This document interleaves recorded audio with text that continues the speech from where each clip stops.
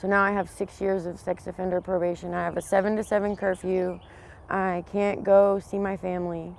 I had to get a court order giving me permission to be around my own kids. Melissa Griffin says those are the consequences she lives with after being a victim of sex trafficking. After a cycle of violent relationships, she says a boyfriend forced her into sex work. Anytime we had any sort of disagreement, he would take my daughter, who was an infant at the time, and be like, if you don't do what I'm telling you to do, you're never going to see your baby again. She eventually escaped. How?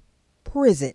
After becoming an accomplice to the very man she says forced her into a life of sex trafficking. She was hit with several charges, including enticing a child and sexual exploitation of a minor. She ended up being an underage runaway from Florida.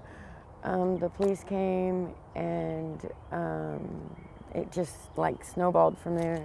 6 years ago, former Warner Robins police officer Lance Watson was on the team that arrested Griffin. She was not arrested that day. She was arrested later on, simply because of the story that she gave pretty much needed some more looking into. And once we looked into it, it's like, okay, maybe she could possibly be a victim. He takes responsibility for not communicating that to the DA. He says the system failed Griffin. Now he's an advocate in trying to get a record clean through the Vacator for Human Trafficking Survivors Law. She hopes that will give her a second chance. From everybody that I've talked to about it, they say I'm the poster child for this law.